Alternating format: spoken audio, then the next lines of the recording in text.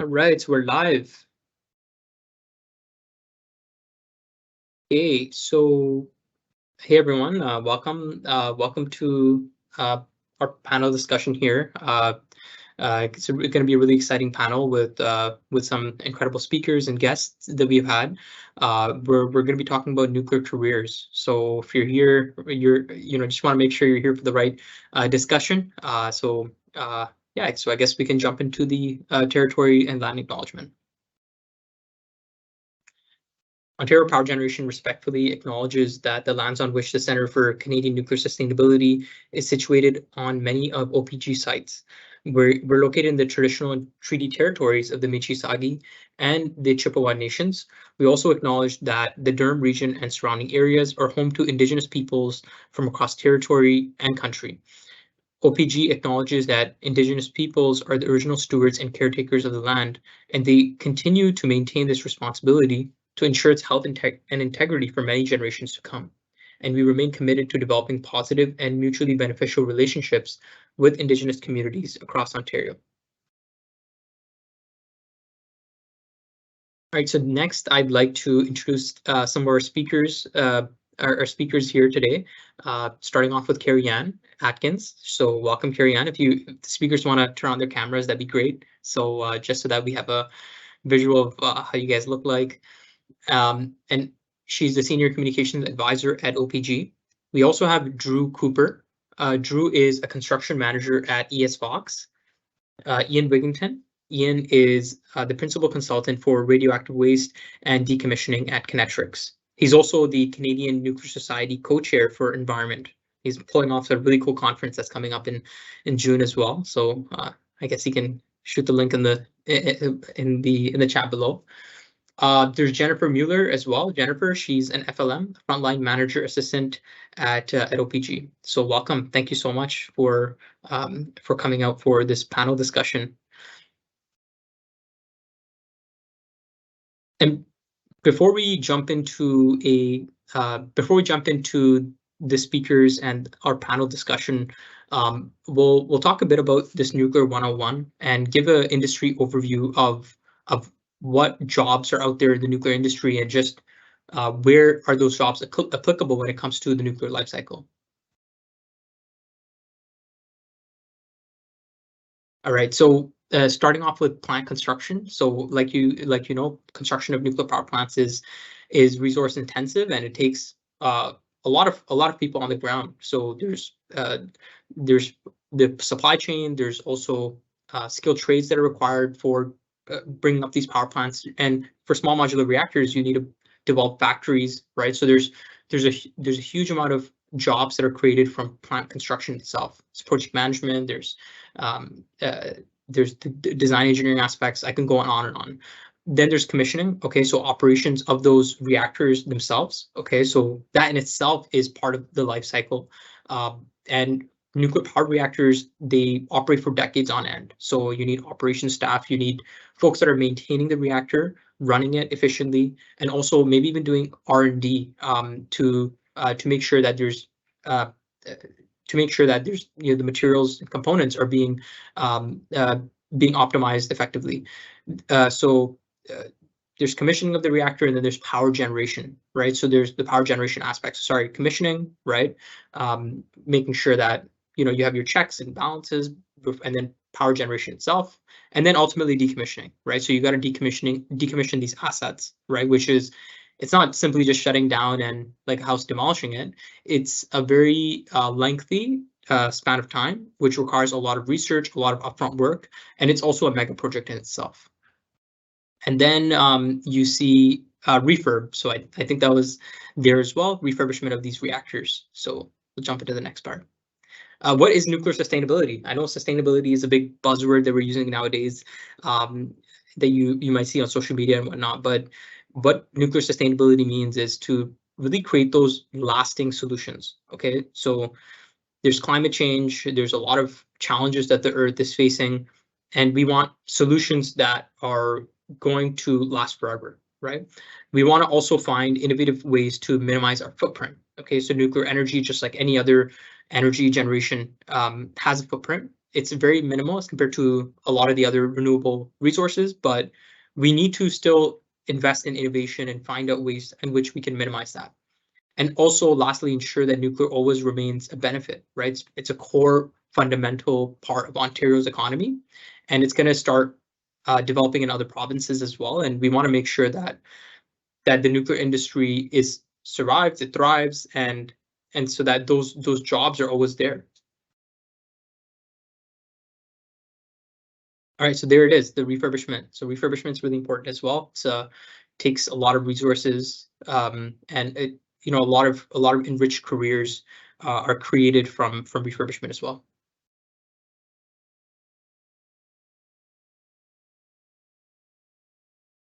Right. So in terms of the Canadian nuclear industry, it's really cradle to grave, right? Mining to operations to decommissioning, right? So in terms of that whole life cycle, there's around 76,000 direct and indirect jobs that are created. So that was in 2019. I know it's 2023 now, so that number's probably gone up a lot. And this number went up by 26% from the year 2012. So you could see that steep rise in job opportunities that are being created across the nuclear energy industry. And these are great jobs. They're very well paying. And in Canada, according to the ISO report that came out recently for decarbonization,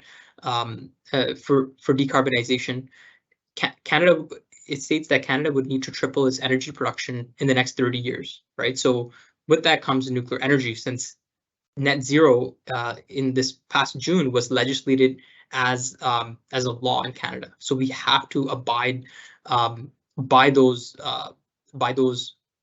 targets, right? That we have it, and because of that, we definitely need to have some element of nuclear in the grid.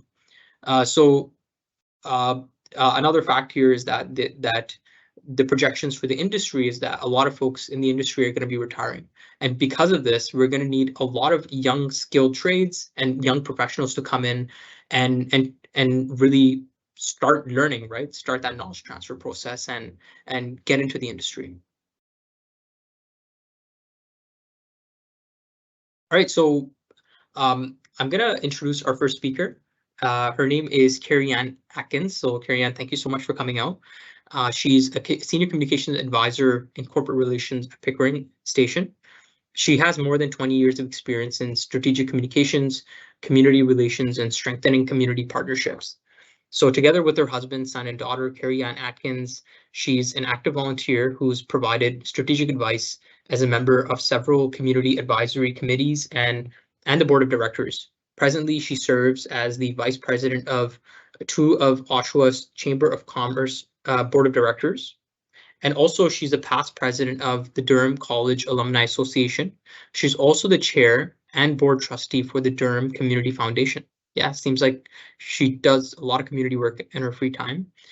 In the past, Carrie-Ann served on the Whitby Chamber of Commerce Advocacy Committee and also the Ajax Pickering Board of Trade Communications and Marketing Committee, and as well as acting as a board trustee for both Victim Services of Durham Region and Ajax Pickering Uxbridge United Way. So just want to turn it to you, Carrie-Ann, to for the first question, I guess. So how has your jobs changed since you started, and how have you adapted to that? Great, thank you. First off, I just want to thank both yourself as well as Holly Delandy and the rest of the team for pulling together this panel. I know a lot of work goes into these panels, so thanks so much. In terms of my job, how my job has evolved over the years, when I first started out in public relations, print media as well as television media were our big mediums. People sat at home and watched the 6 o'clock news. And in terms of my role, what we would do is we'd have a media release, and the media release would be around the nature of an event or an announcement, and we would push that media release out to our print media. And at the time, print media was giants. We would call them the giants. There were 3 big giants. There was the Toronto Star, the Globe and Mail, as well as the National Post. So if it was a good day in our office, if we made it on the front page of those 3 big giants, or if we were able to get in the paper at all. So in terms of how things have evolved, the medium has definitely evolved and changed. Obviously with social media, and that might seem so it's not new, but it has completely changed the way we do communications, and it's ever evolving in terms of the social media platforms that we have now. So that's a big part of our job right now, is making sure that we're up to date on all social media platforms, using that medium to our advantages, making sure that our messages are short, concise, and easy, bite-sized, chunked off for the public. So I'd say those are the big things in terms of how my job has changed over the course of the last, I don't want to tell you how long it's been, but over the course of the last decade, let's say decade.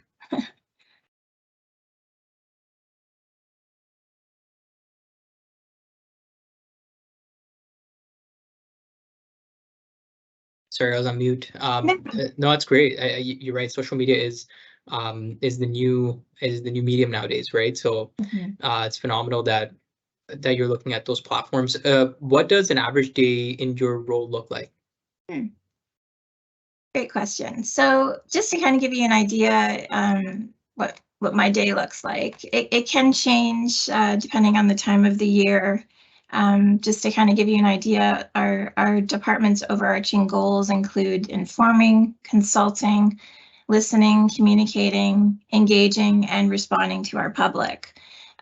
So in terms of those overarching goals, a typical day for my group or for myself could look like anywhere from I would be going out into the public, providing an update on our operations at a committee meeting, such as the Government Relations Committee for the Oshawa Chamber of Commerce, or I could be providing a briefing to local opinion leaders, such as Ajax Pickering MPP, or providing a presentation about our operations to a local community group, such as the Pickering Probus Club.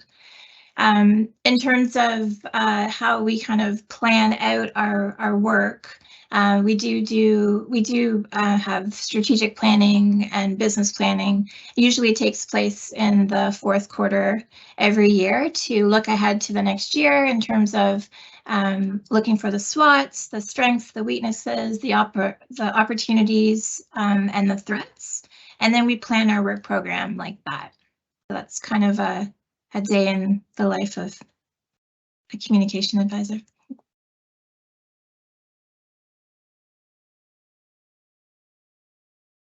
Yeah, so that's great. Great overview of your day in the life. And another question here is that what, in terms of impact and your career, how has it gotten? What's the most impactful event that you can reflect on in your career, and how has it gotten you to where you are today? Great, thank you. So when opportunity knocks, go for it. Halfway through my career, I was offered a 2-year management rotation in the corporate affairs department. The opportunity was presented about 2 to 3 years too early, as per my 5-year plan. My kids were very little at the time, but my husband and I made it work. And I think some advice I'd like to give is the key to making it work was managing expectations and priorities and setting clear boundaries. The opportunity has served me well, and because of the experience and knowledge that I gained during my role at the time, I have been able to move into other senior roles within OPG.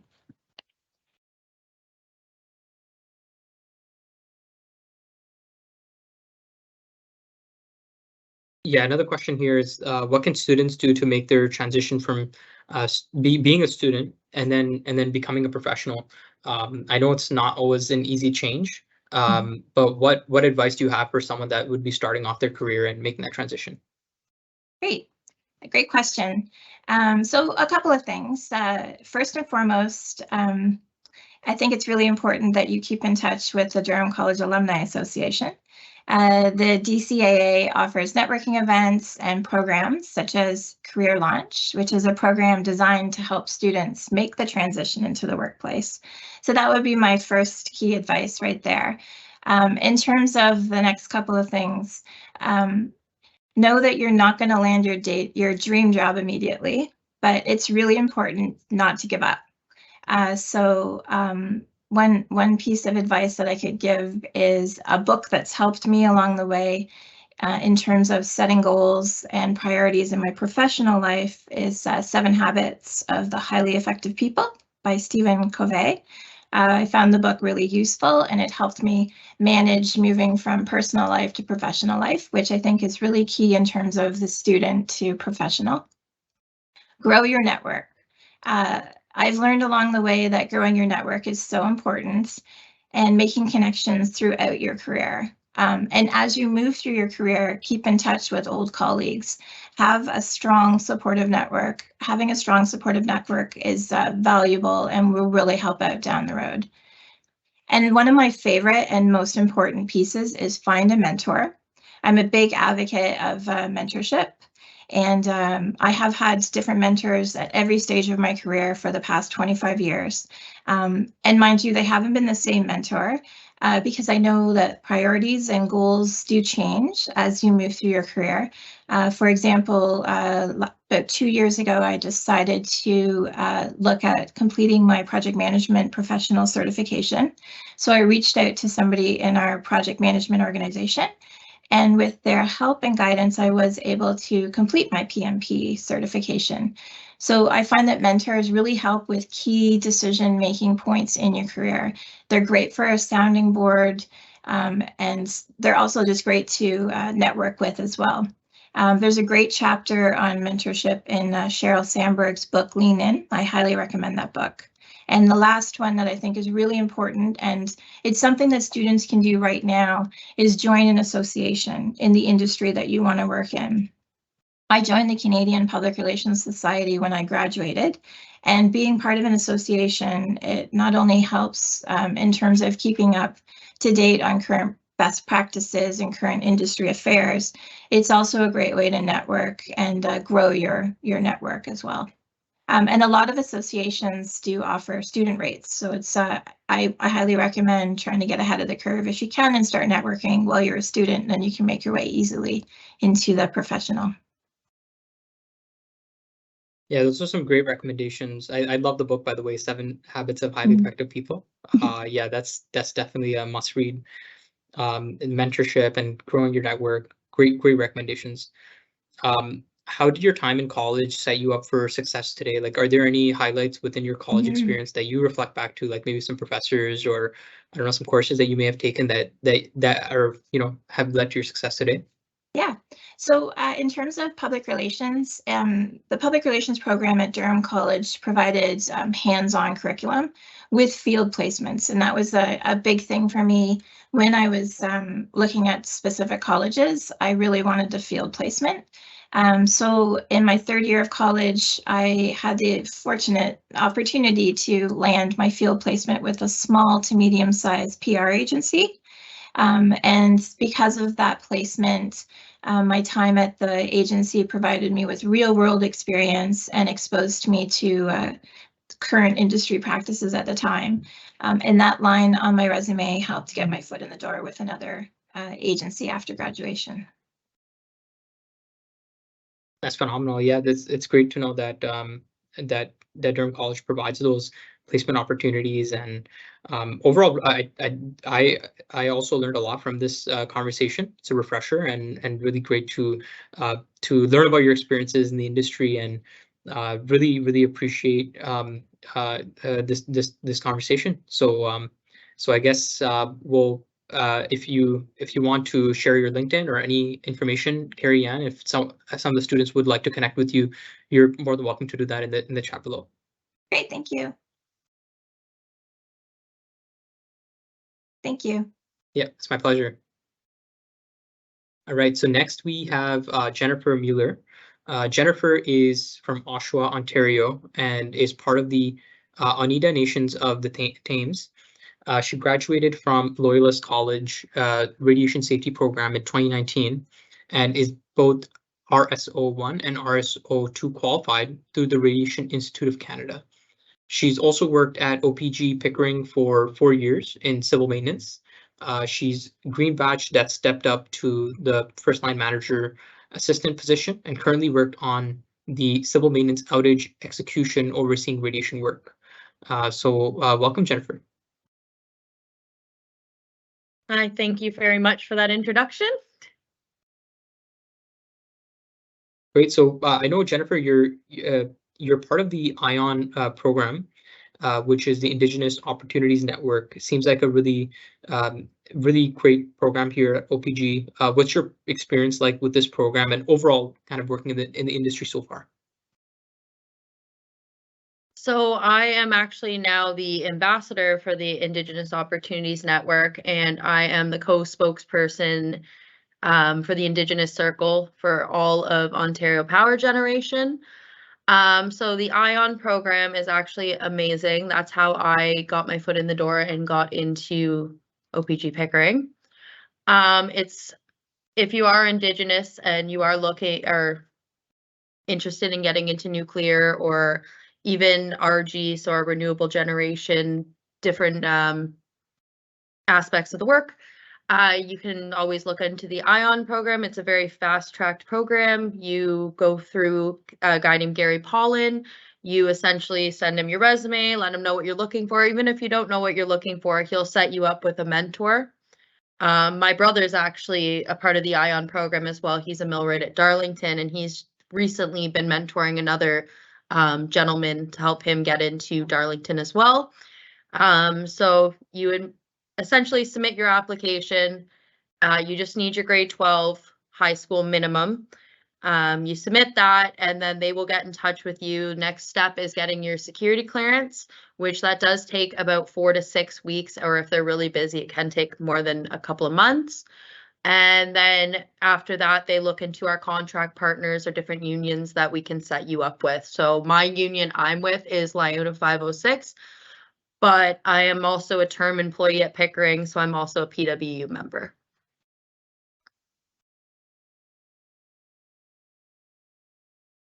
Thanks for that great overview of the program, and for anyone that'd be interested, I think those are some great steps that you could take to reach out and get more information. So Jennifer, what does a day in the life look like for you?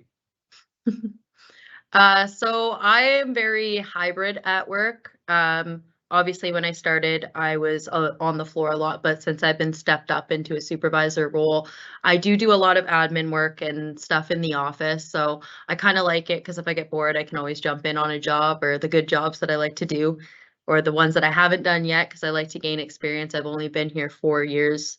I don't consider myself completely experienced, but due to my education, that has helped me in my department. I'm right now, my current project I'm working on is developing a training program for all of civil maintenance on personal contamination events and how to prevent those from happening. And it looks like I'm going to be starting my first class on March 21st. So that's interesting. I am a green badge, so I hold the highest qualification for radiation protection you can within OPG. So I take people into the reactor building.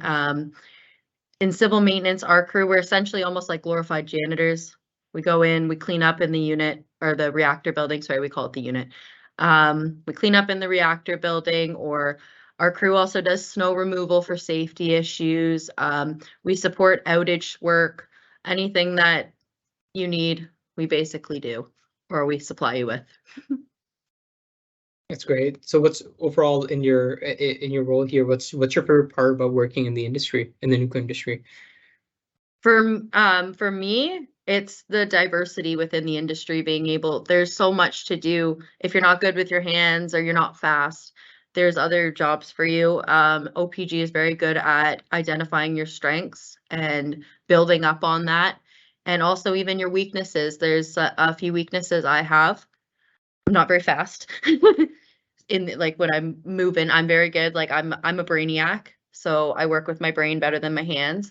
But my first line manager actually utilizes my skills and also helps me to strengthen my weaknesses on top of making my strengths even better. It's great to know you're part of such a enriching team. And in terms of your time at college, how has that set you up for success that you're facing right now today?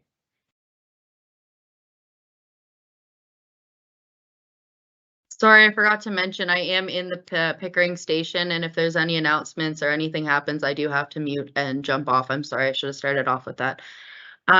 So in college, actually, I wouldn't be where I am today without my college.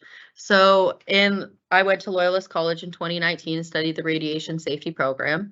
Great program, amazing teachers. And that's where I learned about the ION program. I didn't even know about it until one of my teachers, my communications teachers, brought in a guest speaker from OPG who actually brought up this ION program. And I was hopping all over that. I was like, yep, let's go. That's where I want to be. And I remember everyone going, well, what if you don't get into OPG? And I looked at them and said, I don't care if I get in and it's a janitor or whatever, I am getting into OPG and I will work my way up. And I did. I actually started off as a janitor. Even with my education, I was unsuccessful with the testing that I needed to go through for the radiation protection program. So I was very down on myself for a little bit. I really, really did want to give up. But I told myself, no, this is where I want to be. And it doesn't matter. Sometimes you have to take a different route. It's like you're going home and the 401's closed. Well, how are you going to get home? You can take another road. And sometimes there's stoplights. Other times there's traffic. Other times you're free flowing down there. But you eventually get where you want to be as long as you're persistent and you don't give up on yourself. But at the same time, when things happen, my one professor did tell me when I called him, and I'll never forget him saying, well, yeah, you're dumb. And I'm like, what? And he goes, this is what you're telling yourself. I'm saying it out loud, and listen how mad you are, because you know you're not dumb. And that is the truth. Like, I believe your professors are people that'll be your friends for life, and they can help set you up in great roles. I actually still talk to my professor 4 years, 2 of them, 4 years later, and we still talk at least once a month. And I still go into Loyalist College and talk to their students as well and let them know, don't give up hope. And if you end up on my crew, I'll help you get to where you need to be. Yeah, that's really love those words of inspiration and motivation as well. So and also just for everyone's information, the ION program is hiring right now. So for anyone that's interested in the program, you can check that out on the more information on the website. So thank you so much, Jennifer. Really appreciate your time, and thank you. No problem. All right, so next we'll jump to Ian Wigington. Ian is a principal consultant at Kinectrics and has worked in the industry for over 30 years. With the last 27 of them being in the area of waste and decommissioning. He spent 18 years in the atomic weapons establishment at Aldermaston, hopefully I'm pronouncing that right, in the UK, where he was the waste compliance manager, responsible for ensuring waste was legally packaged before leaving site. In 2010, he moved to Nuvia, UK, where he worked as an international consultant on projects in Russia, in Germany, in Japan, in Bulgaria, in Canada, and many projects in the UK as well. And in 2021, after having delivered many projects for OPG, Bruce, and CNL, he officially joined Kinectrics to support the Canadian industry. So he's worked on a number of Canadian projects. I'm currently working on a project with Ian as well, which is very exciting. However, he's worked with many Canadian projects to support decommissioning and support Cernavodă and Romania as well. So welcome, Ian. Thank you. So Ian, tell us a little bit about yourself, and also in terms of the nuclear industry landscape and outlook. I know you're from the UK, so you've got a bunch of different experiences working across the world. Tell us about the landscape in the industry. What's your perspective on that? Okay, so a little bit about my background. So I've been in the industry for just over 30 years, 18 years of which was working in the very secret world of weapons. You know, big men with guns looking past you every 5 minutes and things like that. Then, let's say in 2010, I decided that there's a big wide world up there, so I went and explored it. And ironically, one of the first jobs I got when I left Aldermaston, it's pronounced Aldermaston, not Aldermaston, that's how is working for the Russian Navy on the decommissioning of the Andreeva Bay submarine base in northwest Russia. So having spent 18 years in an organisation that was developing things to fire at Russia, I was then actually sitting in Russia working for people who was allegedly the enemy. So I was did a lot of work on the decommissioning of Building 5, which if you look on some of the Bellona websites from Norway and things, is deemed to be the most radioactive building on the planet. It basically was a fuel storage facility, which was a wet pond type thing. It leaked away, left the fuel sitting at the bottom of a dry pond. The water leaked away into a stream which was running underneath the building, so the Russians in their wisdom decided to pump it full of concrete to immobilize the water, and so we then had hundreds of thousands of cubic meters of radioactive contaminated concrete. That was basically my initiation into international consultancy, which was quite an interesting experience, being followed by the FSB every time I was in Moscow, and then I started working on some slightly more clean projects, to say the least. So I've worked on the licensing of the Hitachi BWRs when they were looking like they were going to be built in the UK. So I spent a lot of time in Hitachi City in Japan. Worked on quite a bit with Studsvik on the decommissioning and disposal of radioactive waste over there, and also got quite heavily involved on preliminary decommissioning plans for the OPG sites, as well as doing some work for CNL on remediation of some of their waste sites of Chalk River and Whiteshell. So what's the nuclear industry future job outlook landscape look like? I think it's pretty good. And I think especially in Canada. Canada's, a lot of the world is talking about small modular reactors. Canada is actually doing something about it. So there's a lot of opportunities here. Also, from a Canadian point of view, there's a lot. The stations in Canada are starting to get towards the end of their active life. So now is a great time to get involved in the decommissioning of them. One of the reasons I came over here was to come and bring decommissioning experience from the UK and beyond. And one of the things, not just so much to come and tell people what to do, but tell people what not to do. We made a lot of mistakes in Europe and in UK on decommissioning, and I think there's a great deal to learn from it.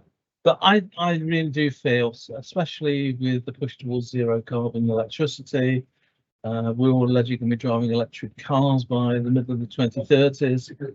That power's got to come from somewhere, and whether you like it or not, there isn't enough wind turbines and solar panels around to be able to sustain the amount of electricity that we're going to need for electric vehicles. So I think the nuclear industry has a fantastic future, especially in Canada.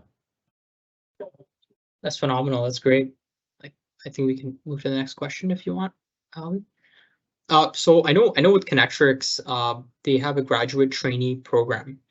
Tell us a little bit about that program and what value does it have to those kind of entering the nuclear energy industry? Yeah, in Kinectrics we have it's a notionally 2-year graduate training program. So basically, you'll come to join Kinectrics, and we will expose you to different places within the company. So, you know, you could be working in radioactive materials, you could be working in inspection and maintenance, design engineering. You could work in a number of areas, and you generally do between 3 to 6 months in each area. So if you do 6 months, you know, over 2 years, that's 4 placements, but you could do as many as 8 or 9. And it gives you a good exposure to the entire company, and then it helps you decide at the end of your graduate training period where you think you fit best. Yeah, it's very difficult, especially when you're coming straight out of college, university, or whatever, to know exactly what it is you want to be doing. Yeah, you have a vague idea, but until you try doing it for real, there's a great difference between what you think you're looking to do and actually when you try doing it, whether you actually like it or not. So yeah, exposure to as many places within the company is great, and then it lets you decide where you think you would fit best, which is a great way forward. That's great. That's great. That's great to know that the company offers that program, because it gives you a different flavor of like various areas in the industry and helps you understand your strengths, right? So what advice generally, Ian, would you recommend for students that are transitioning into the workforce? I know it's a bit of a difficult time. It's a big shift in the life of a student. So what would you recommend?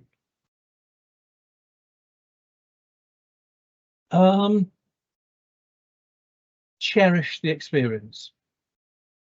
Wherever you go, whatever you do, all that experience will help you amazingly later in your career.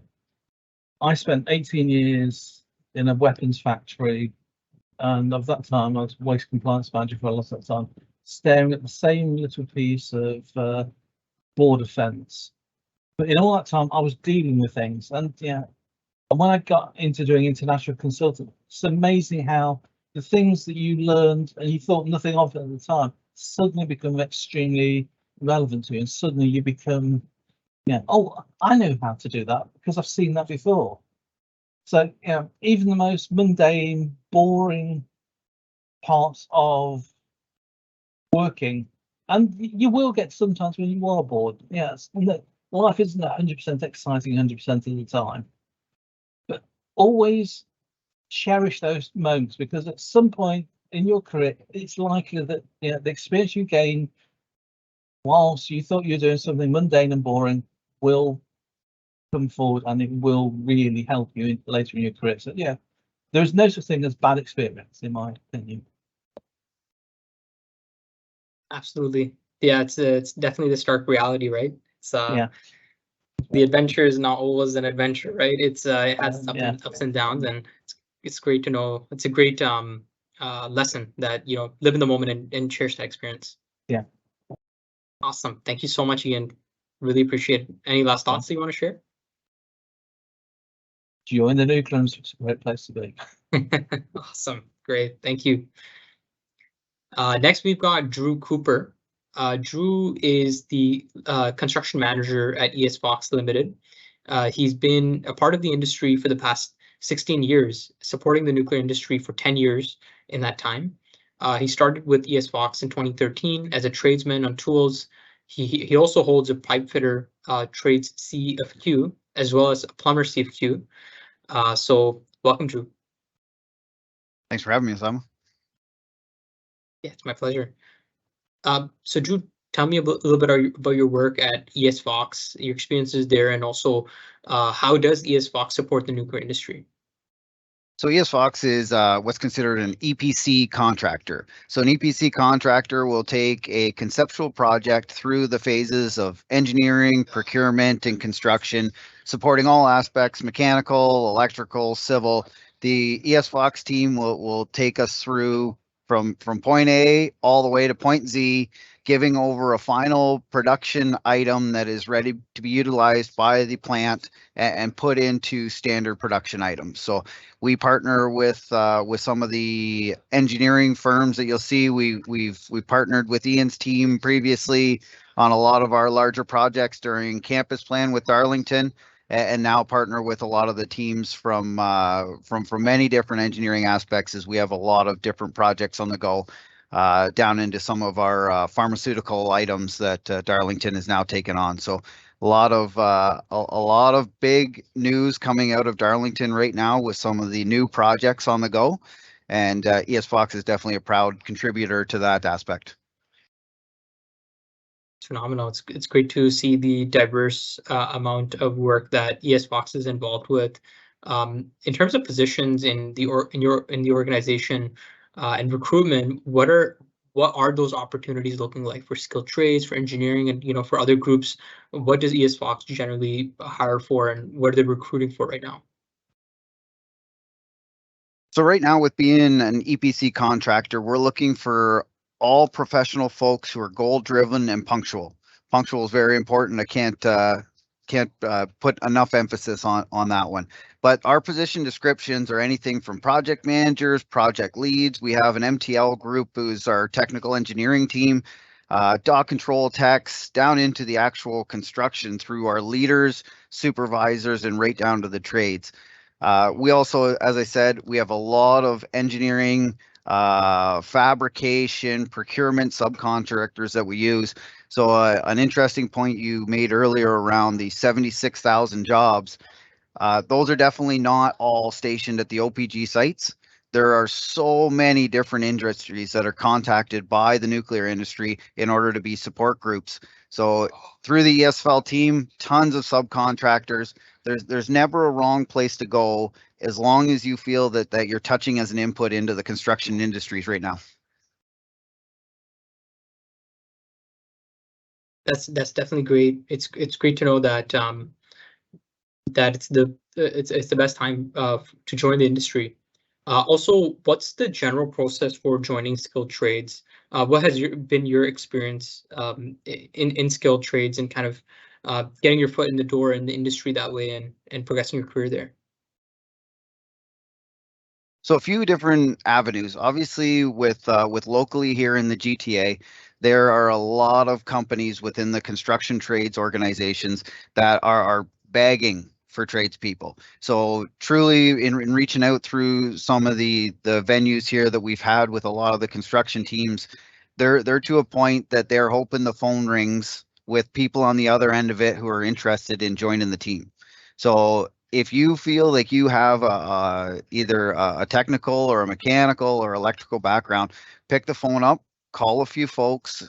The numbers are right there on the other end of Google, right? Electrical companies in the GTA, mechanical companies in the GTA, give them a call. They're looking for people.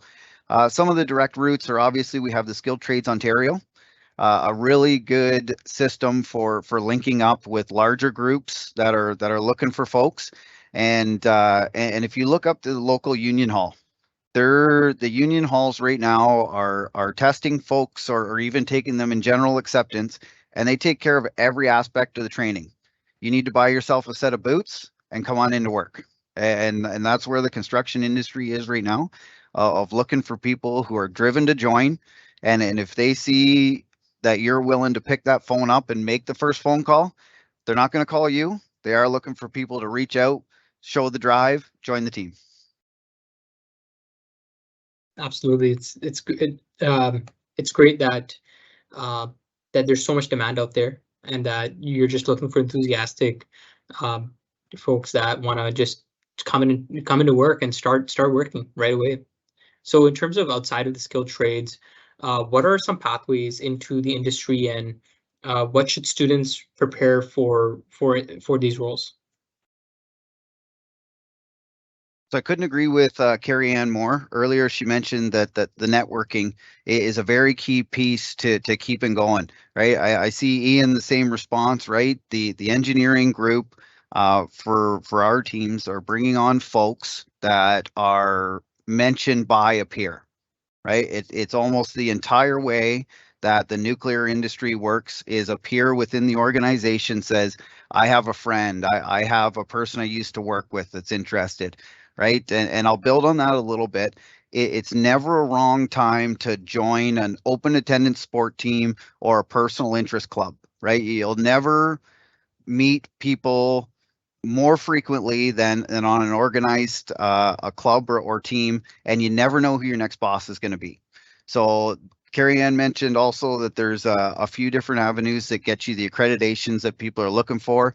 The PMP is a big one, right? That's the nuclear industry is looking for that PMP, and the PMI organization has a few different chapters around the area that you can join into and take a look at getting that PMP. It is a good stepping stone into either the project management or project lead roles.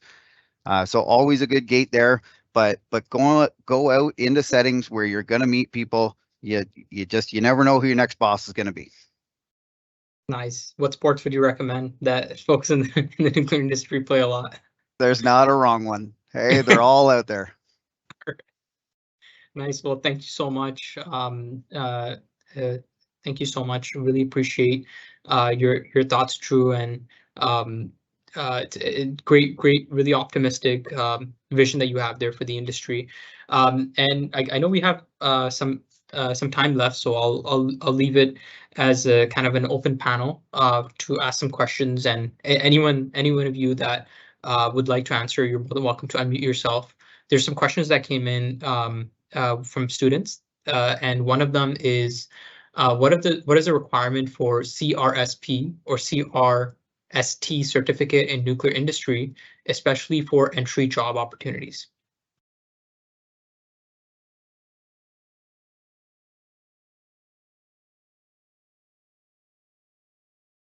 For the Canadian Public Relations Society? The I CRP? think so. I Yeah. don't know what the acronym stands for, There's- but okay. Yeah. Yep. So go ahead. it's the Canadian Public Relations Society. So in terms of nuclear, my best advice is just to get yourself associated with that, get the accreditation with that association. And then you can start networking from there. There's no specific nuclear industry aspect of that association, but being part of it is key. Another really big association in terms of we do have Women in Nuclear, which is a really engaged organization that it spans across the whole industry. So that's a really great one to tap. It's called Women in Nuclear. So WIN, W-I-N Association. Check out their website. As well, Ian posted in the chat, I'm not sure if it went out to everyone, the Young Engineers Association. I always forget the acronym, so maybe we can put that. North American Young Generation Nuclear. Yep, North American Young Generations Nuclear NAYGN. Engineering. Yeah, it's a great association. We do, the nuclear industry does a lot of work with that association, and it's across the board. It's not just here in Durham region, it's across the world. So that's another association that you could check out. That's The great. Canadian Nuclear Society is also a very good place. We have very good rates for our students. That's great. Definitely great organizations, WIN, NAYGN, CNS. I'm just reading some of the questions that have come in. There's more questions that have come in. One person says that my PMP is scheduled for May 20th. I belong to IT and healthcare and telecom background with 8 years of experience. I need to know if there's any way in which I can get into the industry. So this individual has a healthcare, IT and telecom background and is getting a PMP, and they want to get into the nuclear energy industry. Does anyone have any recommendations, any of the panelists, for how they can transition into the industry?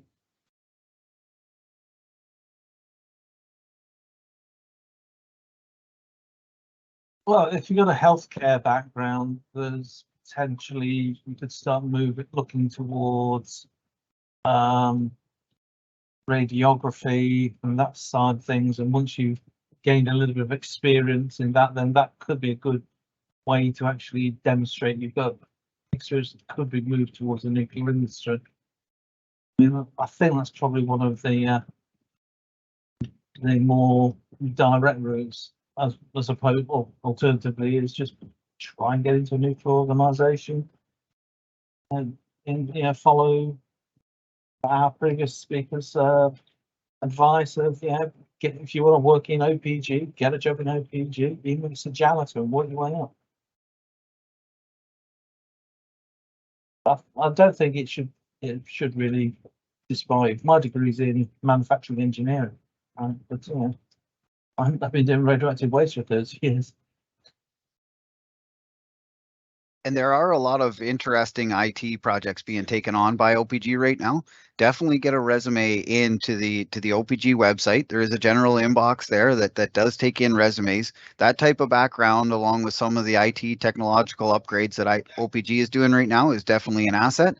And as far as the PMP, if you're interested in running projects, all of the vendors right now are looking for driven project managers. So, don't always just take a look at your background. We are training as many people as possible and molding them into our industry. So a background is nice, but generally we find that everybody's background has a piece in it that we need, and we just got to find which piece it is and how it fits into our structure.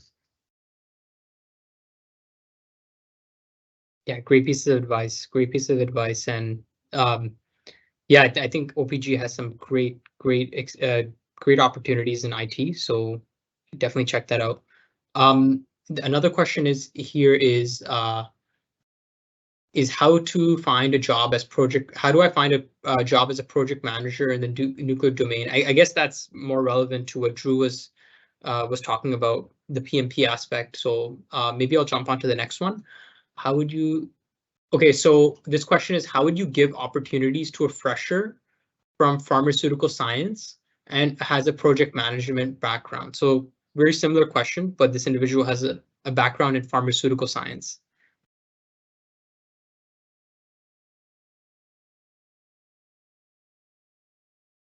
Again, you can look at various routes. I mean, certainly, pharmaceuticals is a very chemical related thing.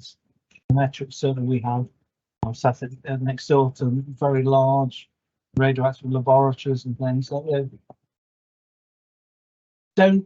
Don't feel that just because your degree isn't exactly matching what we do or the industry does, that there isn't something you can do. There's a lot of, I say even pharmaceutical sciences has a degree of chemistry to it where you could potentially use the knowledge you have and gain within the industry to do something else. Don't feel constrained.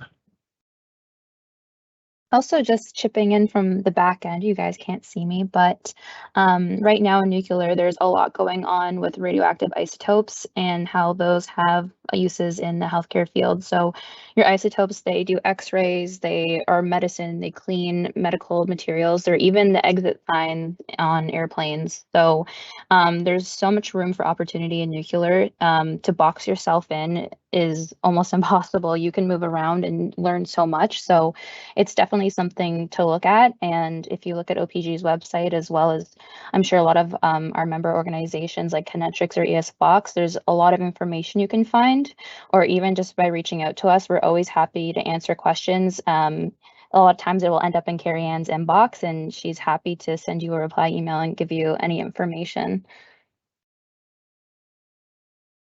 And a pointed answer to this one too.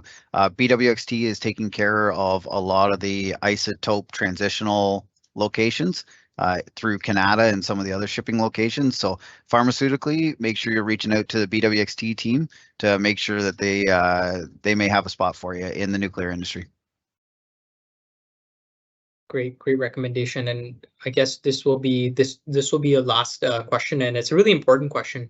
And this links to the ED&I initiatives going on, but what are some career opportunities for persons with disabilities, as well as those with education but no experience? So if someone has a disability, they have a great educational background but no experience, how can they get into the industry?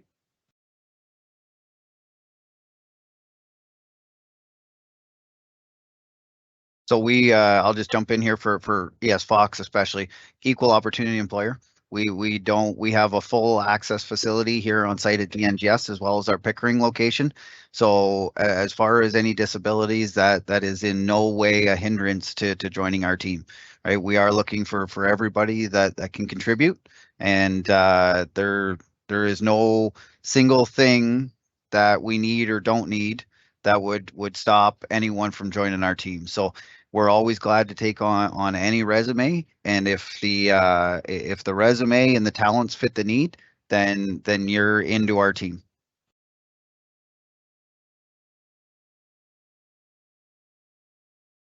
Yeah, I mean, ideally companies do like you to have a degree of experience as well as if you've got no experience. But yeah, there's always opportunities to do intern work or other things. But yeah, I mean, disability, most companies in the industry are, inclusive, and will have something you can do. Not everything requires you to run up and down ladders. So definitely plenty of opportunities. I'll just echo. Make sure. So I'll echo everything that the gentleman had just mentioned in terms of EDI, our EDI strategy for OPG. I'm posting it in this chat. So yeah, it's same in terms of there's opportunities for all. And again, it's really important that you have all your credentials ready to go in terms of the OPG careers, the OPG's careers website. So make sure you have your profile all set up and ready to go. And in terms of ED&I, we're in the same boat. We're open to all. So I just posted the strategy that we just rolled out last year in the chat. And again, I can't stress enough to make sure that you have your profile set up on opgcareers.com.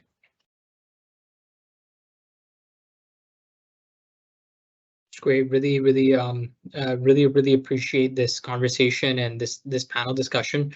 There's a lot of students in the live Q&A that have sent a lot of thank you notes to the speakers and the panelists, just to show their appreciation and gratitude for your time. So just wanted to share that with you. Thanks, Osama. I certainly appreciate you involving us in this panel, and it's been a pleasure to take part. Thank you. Thank you so much. I agree. Thank you.